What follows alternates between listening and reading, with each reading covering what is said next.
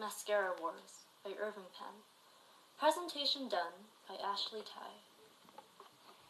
Have you ever thought about the strain, the pressure put on girls to be beautiful in today's society? Every year, people in the U.S. spend over $426 billion on beauty products in an attempt to conform to society's standard of beauty. Every day, billions of girls wake up and put on makeup, style their hair, and carefully select the perfect wardrobe just to go outside. We're held up to a standard of celebrities who have professional stylists and Photoshop to help them.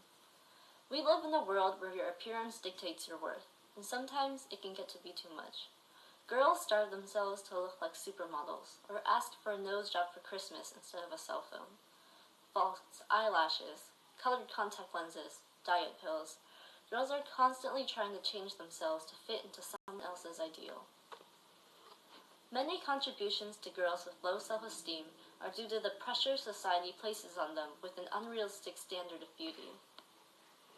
Best known for his fashion photography, Irving Penn takes modernist stills of people or objects.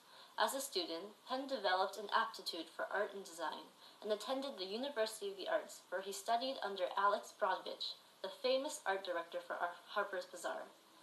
Soon, Penn's work was published in many high-end fashion magazines such as Harper's Bazaar and Vogue, and featured many department stores such as Saks Fifth Avenue and Bloomingdale's, and countless art exhibits. Mascara Wars was published on April 17, 2000. In the early 2000s, there was a slight depression as companies had to lay off thousands of employees.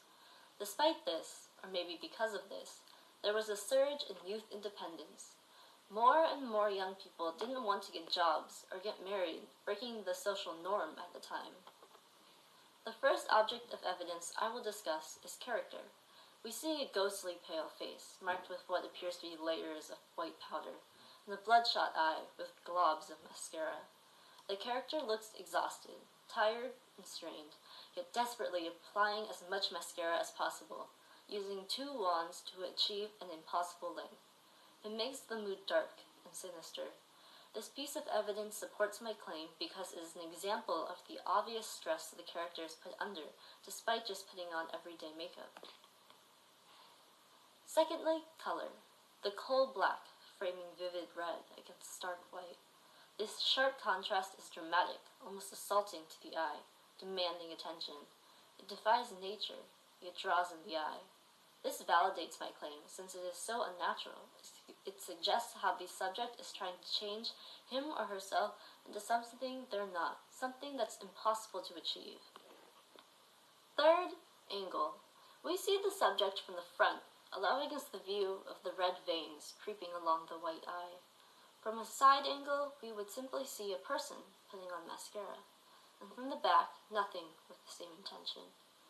However, the subject is intensely zoomed in, allowing only the eye to be visible. We do not know who exactly is putting on the mascara, or the rest of the subject's face, or the environment. This makes the mood more mysterious, and shows how a person can never assume the whole story about someone else based on a fragment of what they see. Lastly, proportion. The eye, the mascara wands, and the eyelashes are all relatively the same size, suggesting maybe the makeup is seen as more important than the person. This supports my claim because sometimes society puts more value on outside appearance instead of on a person's personality. Scientifically, people who are more beautiful are treated better than those who aren't, even if they act cruel. This is a large injustice because someone's facial features are purely genetic and cannot be helped, while someone's actions can, and reflect their true personality inside. The audience trying to be reached is the youth of our time, the people that feel as if they have to be the epitome of perfection, or perhaps the people who push others to become the ideal. The individuals who let vainglory into their souls and try to control others' actions into their own standards.